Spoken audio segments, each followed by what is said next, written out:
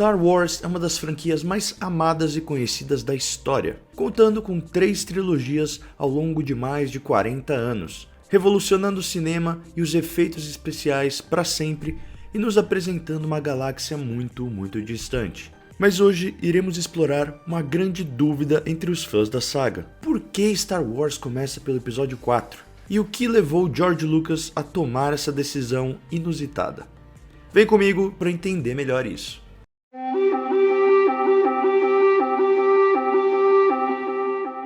Hello there! Seja bem-vindo ao canal do Mando. Aqui falamos de notícias, teorias e curiosidades de filmes e séries de Star Wars. Se é a sua primeira vez aqui, então aproveita e se inscreve no canal para não perder os próximos vídeos. E siga a gente também nas redes sociais, @omandaloriano. Pois é, parece que estávamos todos errados. O jeito certo de contar é 4, 5, 6, 1, 2, 3, 7, 8 e 9. Pelo menos foi assim para George Lucas. Pode parecer loucura falar isso em pleno 2021, mas Star Wars nem sempre foi o sucesso que é hoje. Na verdade, lá em 1977, até o momento de seu lançamento, o projeto era visto como um fracasso certeiro. Ninguém estava botando muito fé que o filme ia dar certo. E isso inclui até o próprio George Lucas, tá? O diretor estava tão certo do fracasso do filme que durante a estreia de Star Wars nos cinemas, George estava com seu amigo Steven Spielberg de férias no Havaí.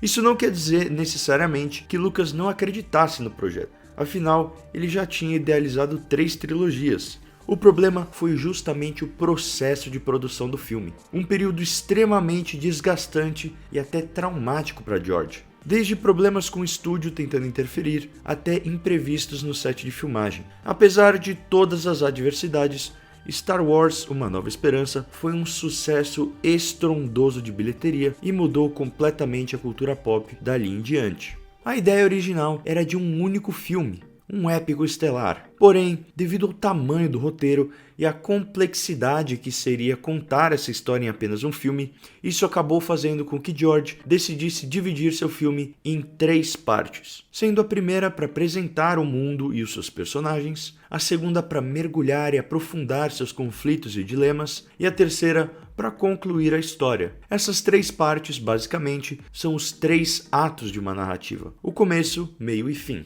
Como o próprio George Lucas já disse em várias entrevistas, a série Star Wars começou como um filme que acabou sendo tão grande que eu peguei cada ato e cortei em seu próprio filme. Quando fiz Star Wars pela primeira vez, eu fiz como uma grande peça, era como um grande roteiro, era muito grande para ser transformado em um filme. Então eu peguei o primeiro terço dele, que é basicamente o primeiro ato, e transformei isso no que era o original Guerra nas Estrelas. Isso explica por que os filmes da trilogia original conversam tão bem entre si. Eles já faziam parte de uma narrativa bem amarrada e coesa, por serem basicamente um filme extremamente longo. Algo que ficou faltando na trilogia sequel, onde cada filme foi feito com um ponto de vista diferente e acabou não tendo essa coesão narrativa. Mas mesmo assim, se formos levar em conta a ordem cronológica de acontecimentos em Star Wars, a trilogia original ainda continuaria ocorrendo após os eventos da trilogia prequel, e desde o início os planos eram de contar a história de ambas trilogias.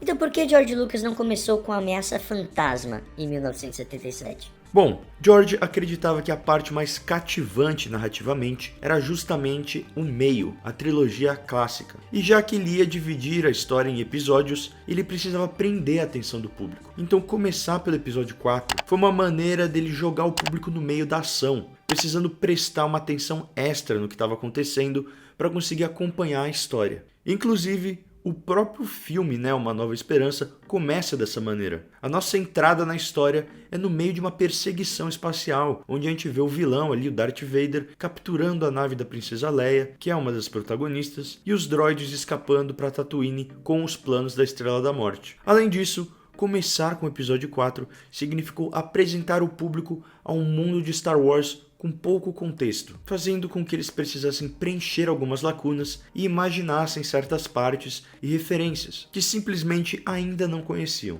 Um exemplo é a menção das Guerras Clônicas no episódio 4. O público não teria como saber o que haviam sido as Guerras Clônicas, mas em escutar esse nome já conseguiam imaginar o que poderia ter sido. E como a gente sabe no cinema, Às vezes a imaginação pode ser muito mais poderosa do que o fato em si. Eu tinha o projeto Star Wars em mente antes mesmo de começar meu último filme, American Graffiti. E assim que terminei, comecei a escrever Star Wars em janeiro de 1973. Na verdade, eu escrevi 4 roteiros totalmente diferentes para Star Wars, procurando pelos ingredientes, personagens e enredos certos. Por mais que George Lucas tivesse intenções de fazer uma série inteira de filmes de Star Wars depois de Uma Nova Esperança, até ele estava confuso com os detalhes na época em que o filme original foi escrito. Mas apesar disso, ele já tinha uma ideia inicial formulada para uma trilogia prequel, caso os filmes se tornassem um sucesso. Manuscritos e anotações dos primeiros rascunhos dos filmes indicam que Uma Nova Esperança, na verdade, era para ter sido o 6º filme, e não o 4º. O episódio 1 seria um prelúdio, com os episódios 2 a 4 mostrando as Guerras Clônicas, e o 5º episódio encerraria as Guerras Clônicas e serviria como um prólogo para o filme original. Os números mudaram ao longo dos anos, conforme George Lucas escrevia novas versões do roteiro, e o primeiro filme foi lançado sem nenhum número de episódio, apenas se chamando Star Wars. George ainda avisou os espectadores que a trilogia prequel iria mudar sua percepção da trilogia clássica, e foi exatamente isso que aconteceu, mostrando exatamente como um dos maiores Jedi da galáxia acabou se tornando o maior vilão do cinema. A trilogia clássica pode ter sido sobre Luke Skywalker, mas as prequels nos mostraram a origem de Darth Vader. Recentemente foi revelado um pouco mais sobre os planos originais de George Lucas para a trilogia sequel. Eu até fiz um vídeo completo entrando em todos os detalhes sobre os planos que nunca foram usados pela Disney na última trilogia. Eu tô deixando aqui em cima